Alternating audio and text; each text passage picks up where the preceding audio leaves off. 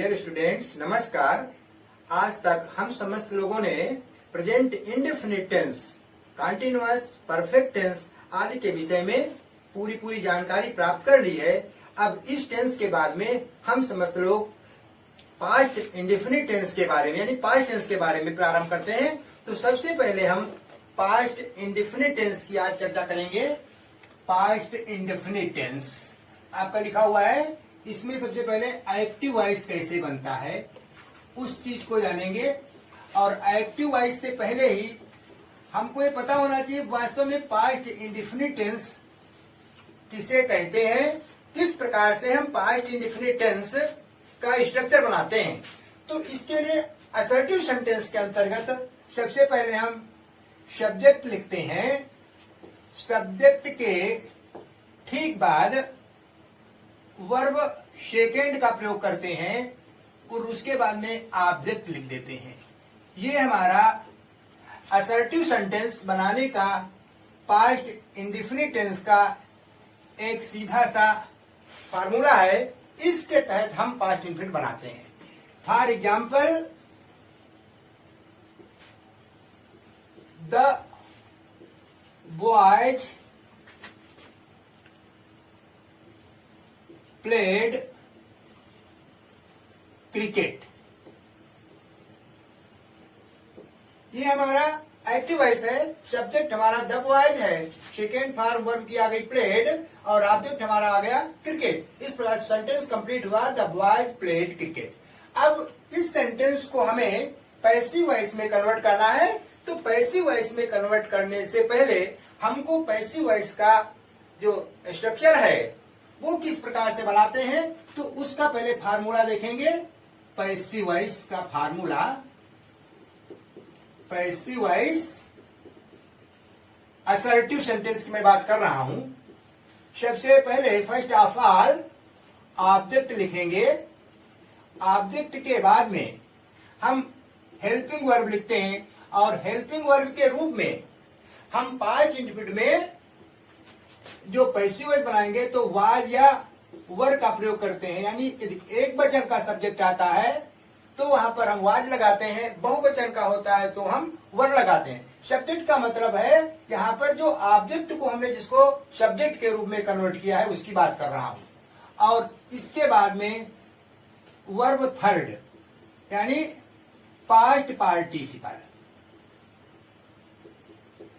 और past participle लिखने के बाद में बाई सब्जेक्ट का बाई प्रीपोजिशन का प्रयोग करते हैं और इसके बाद में हम सब्जेक्ट लिख देते हैं। ये फार्मूला हमारा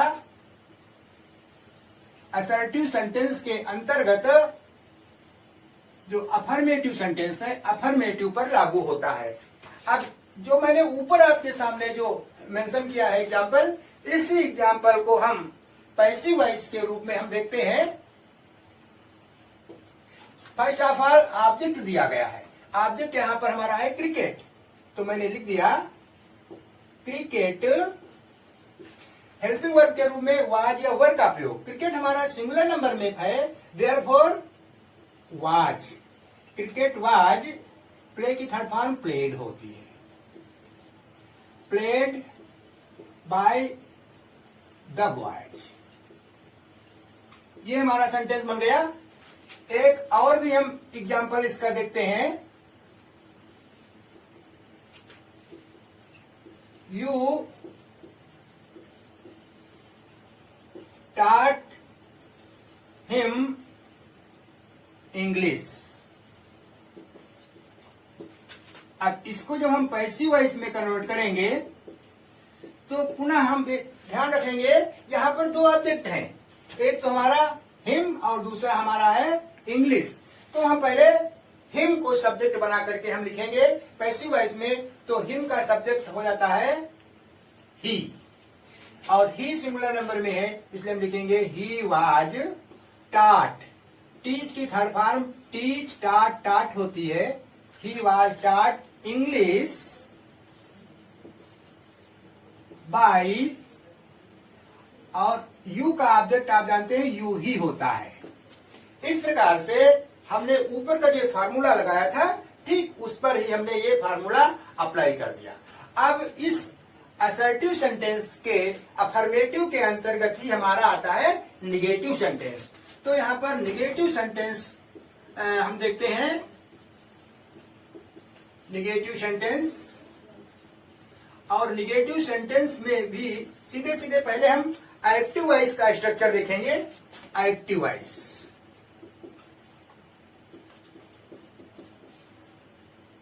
अब इसमें हमारा सबसे पहले सब्जेक्ट होता है। सब्जेक्ट के ठीक बाद में डिड नॉट आता है। डिड नॉट आते ही फिर वर्ब की फर्स्ट फॉर्म आ जाती है। यहाँ पर जब असर्टिव था तो सेकेंड फॉर्म आई थी, और यहाँ पर जब एक्टिव वॉइस होगा तो यहाँ पर डिड नॉट के समय वर्ब की फर्स्ट फॉर्म आती है, और उसके बाद में फिर सब्जेक्ट आ जाता है। ये हमारा स्ट्रक्चर एक्टिव वॉइस बनाने का बना। इसके बाद में हम पैसिव वॉइस का सीधे फार्मूला लिखते हैं। पैसिव वॉइस, पैसिव वॉइस में सबसे पहले यहां पर थोड़ा क्लियर कर लीजिए, सब्जेक्ट के बाद में यहां पर ऑब्जेक्ट होता है भाई।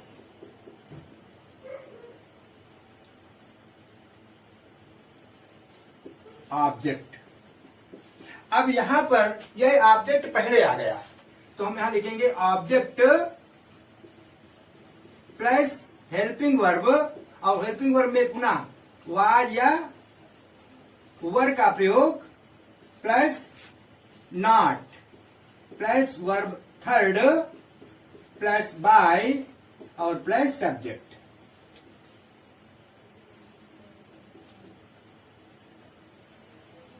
ये हमारा फार्मूला चलता है। अब इस फार्मूले के तहत हम एग्जाम्पल के रूप में देखते हैं।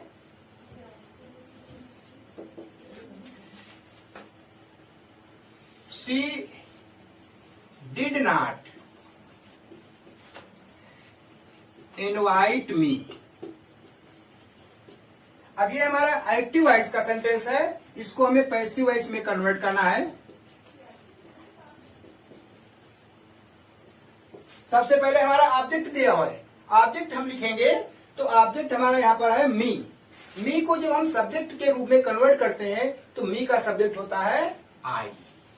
अब आई के बाद में हम हेल्पिंग वर्ब के रूप में वाज का प्रयोग करेंगे।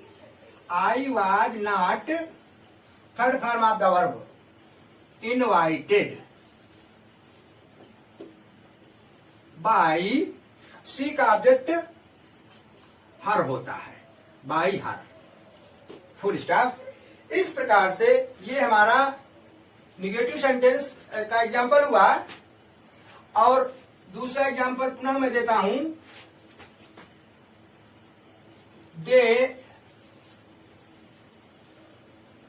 they did not call me।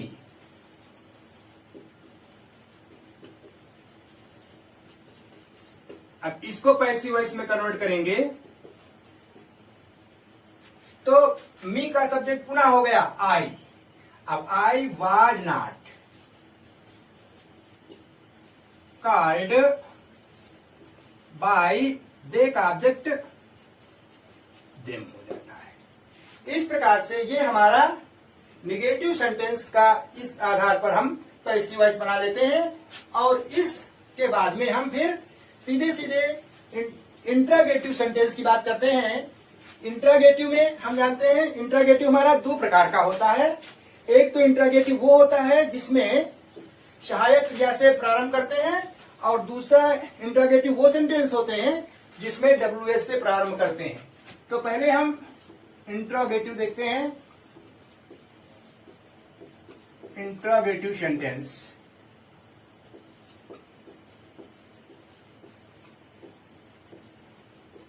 जिसमें क्या पहले होता है, यहां पर एक्टिव वॉइस के लिए देखो हम क्या लिखते हैं।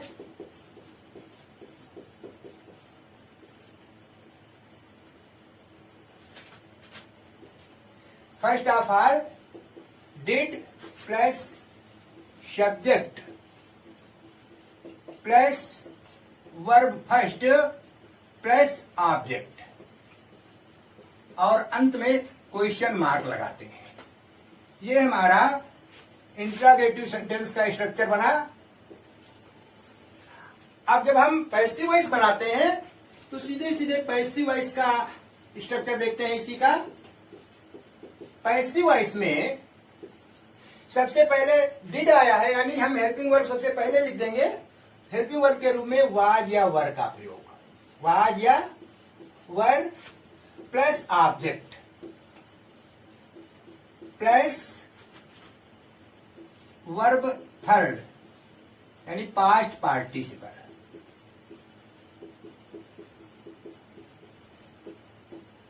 प्लस बाय प्लस सब्जेक्ट, अंत में क्वेश्चन मार्क। अब इस फार्मूले के तहत हमने देखा, मैंने कह दिया एग्जाम्पल में did your friend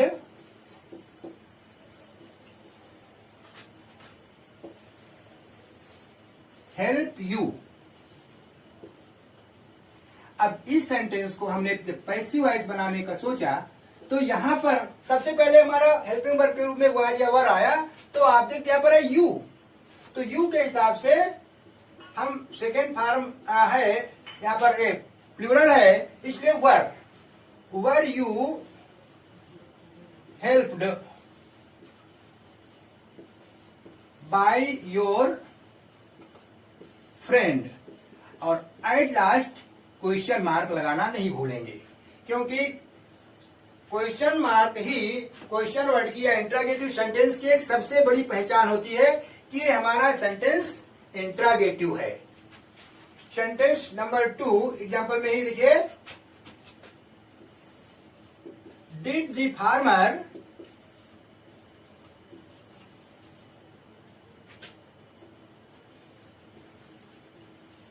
shell the grain.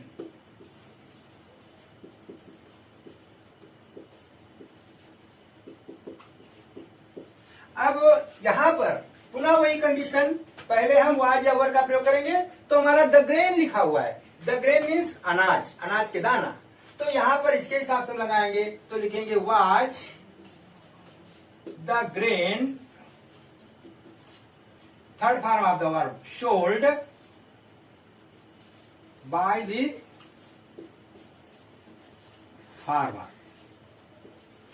अब अभी तक हमने वो सेंटेंस बनाया जिसमें हेल्पिंग वर्ब पहले लिखी थी। अब एक क्वेश्चन वर्ड वाला भी देखते हैं जिसमें क्वेश्चन वर्ड यदि पहले लिखा होता है तो प्रिय विद्यार्थियों हमको उस क्वेश्चन वर्ड को सबसे पहले ही लिख देना चाहिए, उसमें किसी प्रकार की चेंजिंग नहीं होती है। Sentence what did you eat yesterday। अब जब इस सेंटेंस का हम पैसिव वॉइस बनाएंगे तो जब व्हाट लिखा है तो मैंने बताया है कि व्हाट को यानी क्वेश्चन वर्ड को हमने सबसे पहले लिखा, तो सबसे पहले हम लिखेंगे व्हाट, व्हाट के बाद में was, what was eaten yesterday, What was eaten yesterday by you लिखेंगे, क्वेश्चन मार्क लगा दिए। इस प्रकार से सेंटेंस हमारा व्हाट से बन गया। एक एग्जाम्पल हम और आपको हु से बनाना बताएंगे, क्योंकि हु में शुरू में ही बाई हुम आ जाता है। सेंटेंस आपका हुआ हु बीट माई फ्रेंड।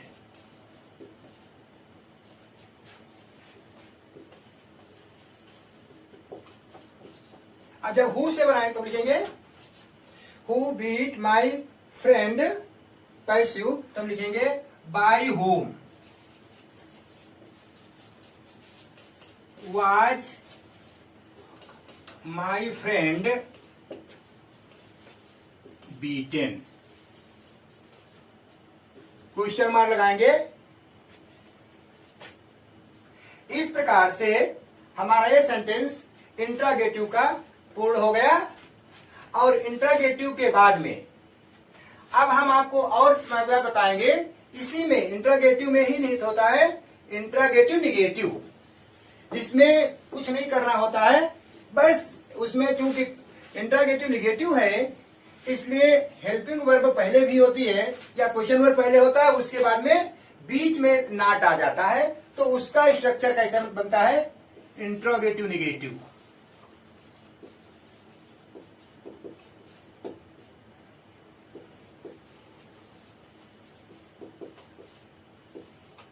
यहां पर इसका एक्टिव वॉइस का स्ट्रक्चर देखेंगे।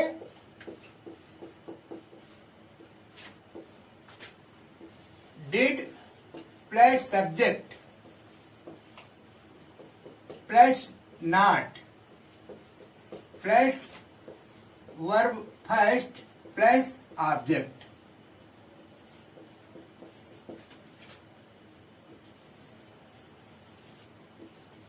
अब इसी का जब हम पैसिव बनाते हैं तो पैसिव वॉइस में सबसे पहले वाज या वर का प्रयोग फर्स्ट ऑफ ऑल करेंगे, plus object plus not plus verb third plus by plus subject. और अंत में क्वेश्चन मार्क लगाना नहीं भूलते हैं, क्योंकि भी हमारा क्वेश्चन वाला सेंटेंस ही है, क्योंकि इसका नाम ही है इंट्रागेटिव निगेटिव। अब इसका एग्जांपल हम लिखेंगे,